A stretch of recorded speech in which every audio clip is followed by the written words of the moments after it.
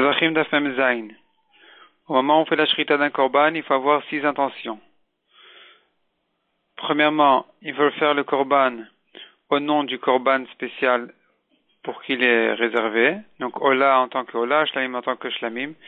Deuxièmement, au nom de la personne qui vient sacrifier le korban. Troisièmement, que le korban soit réservé pour Hachem.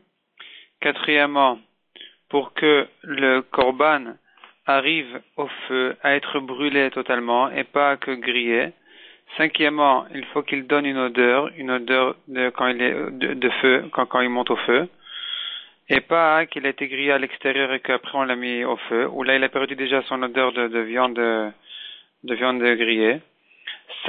Cinquièmement, donc premièrement c'était au nom du korban, deuxièmement au nom de la personne, troisièmement au nom d'Hachem, quatrièmement pour le feu, cinquièmement pour l'odeur, sixièmement pour faire plaisir à Hachem. Et si c'est un korban khatat ou Hachem, il faut aussi avoir l'intention que ce korban-là vient pour pardonner la faute de celui qui a fauté.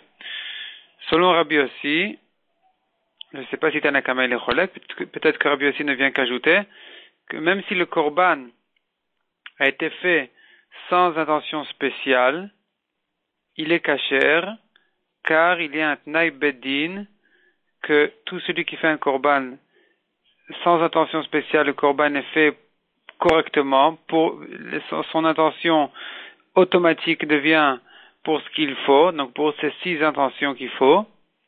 Et Rabbi Yossi explique d'ailleurs que s'explique que puisque le Kohen qui fait l'avoda, c'est lui qui fixe le korban en pigoule ou pas, donc c'est son intention qui compte.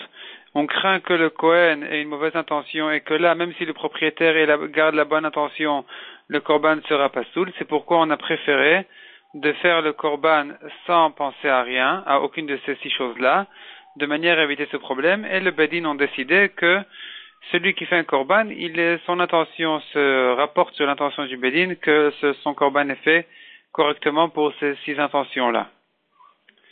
La Gemara ensuite dit, un korban khatat qui a été fait pour Ola, il est pasoul.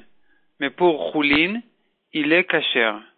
Et s'il a fait le khatat, non pas en sachant que c'est un khatat pour qu'il devienne Choulin, mais il s'est trompé, il croyait que c'était un korban, une bête de Choulin, et il l'a fait alors que c'était un khatat, là c'est quand même pasoul, puisqu'il n'a eu aucune intention ça s'appelle mitasek. Il n'a même pas eu l'intention de faire une shrita correcte d'un korban. C'est encore moins que s'il savait que il était conscient que c'était un korban khatat et qu'il a fait pour Choulin. Là, il savait même pas qu'il était en train de s'occuper d'une bête de korban, donc c'est encore plus chamour, et donc c'est pas soul. Ensuite, la Gemara se rapporte sur ce qu'on a vu dans la Mishnah, que la pensée qui fixe le korban en pigoule ou en kasher, c'est celle du Kohen et non pas celle du propriétaire. Notre Mishnah n'est pas l'avis de 3 Tanaïm qui discutent sur notre Mishnah, qui pensent que même le propriétaire du korban, son intention est importante au moment du korban. Et d'ailleurs, le Kohen qui, même s'il n'a pas une pensée de pigoule, si le propriétaire a une pensée de pigoule, eh bien, selon Rabbi Elazar et Rabbi Yossi, le korban est pigoule. Selon deuxième Tana, c'est un Tana qui dit que celui qui fait la shrita d'une bête pour un goy, eh bien la viande est interdite parce que l'intention du goy est pour la vodazara. Donc ici aussi le shochet, il est juif, il a pas une intention de la vodazara et pourtant le propriétaire avec son intention, avec sa marshava, c'est lui qui fixe la shrita être réservée à ce qu'il pense. Troisième Tana, c'est le Tana qui dit, Rabbi Shimon ben Elazar dit, celui qui pendant Shabbat sort un objet qui n'a aucune importance, un objet vraiment qui n'a aucune valeur, et dont le propriétaire a décidé de valoriser cet objet-là, eh bien, si une deuxième personne a sorti cet objet-là au Reshut Harabim, il est chayav à cause de la valeur que lui a donné le propriétaire. Donc on voit ici aussi que quand une personne a une pensée, c'est suffisant même, et ça pour rendre chayav une autre personne aussi. Donc la pensée, elle peut fixer l'objet à être valorisé, même si c'est une autre personne qui l'a sorti au Reshut Harabim. La Gemara, elle rentre dans les détails. Est-ce que les trois Tanaïm, ils sont d'accord un avec l'autre ou qu'une partie avec l'autre partie des Tanaïm? Passons au nouveau Pérec. Le Pérec Ezeu Mekoman, qui est dit, qui est dit tous les matins dans la Tfila, il rentre dans le Seder Avoda des Korbanot. Chaque Korban, de quelle manière il est fait? Donc, premièrement, dit la Mishnah, les Kodesh Kodashim. Donc, déjà, on connaît bien les deux catégories de Korbanot, et les Kodesh Kodashim et les Kodashim Kalim. Les Kodesh Kodashim sont des Korbanot plus Kedoshim, et donc leurs halachot sont différentes. Déjà, ils sont faits, leur shrita est faite au nord de la Hazara. C'est une règle générale pour tous les Kodesh Kodashim, et ici la Mishnah n'a pas ajouté le détail qui est répété tout le temps par la suite, qu'il faut recevoir aussi le sang du Korban dans un kli sharet otzafon, dans un ustensile de Kodesh otzafon. On verra dans la Gemara pourquoi est-ce que ici la Mishnah n'est pas rentrée dans ce détail-là. Ensuite, les Korbanot de Yom Kippour, donc ils sont faits par le Kohen Gadol, le taureau du Kohen Gadol et le bouc des Kohanim. Ils sont faits au nord. Je me corrige, le bouc n'est pas au Kohanim, c'est un korban de tous les Bnei Israël. Donc le taureau, il est mechaper sur le Kohen Gadol et sur les Kohanim, et le bouc sur les Bnei Israël. Et donc ces deux korbanot-là sont aussi des Kodesh Kodashim, une sorte de korban khatat. C'est donc fait, la shrita doit être faite au tzafon. Le sang est reçu aussi au tzafon dans des kli sharet. Et la Mishnah nous décrit de quelle manière qu'est-ce qu'on fait avec le sang? Il faut le mettre entre les deux badim du Aaron, donc qui soutiennent le Aaron.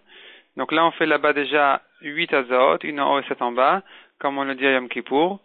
Ensuite, deuxième avoda à faire, ce sont les matanot qui sont faites devant la parochet aussi de la même manière, une en haut et 7 en bas, vers le bas. Et troisième matanot, qui sont faites sur le misbéach qui se trouve à l'intérieur du Echal.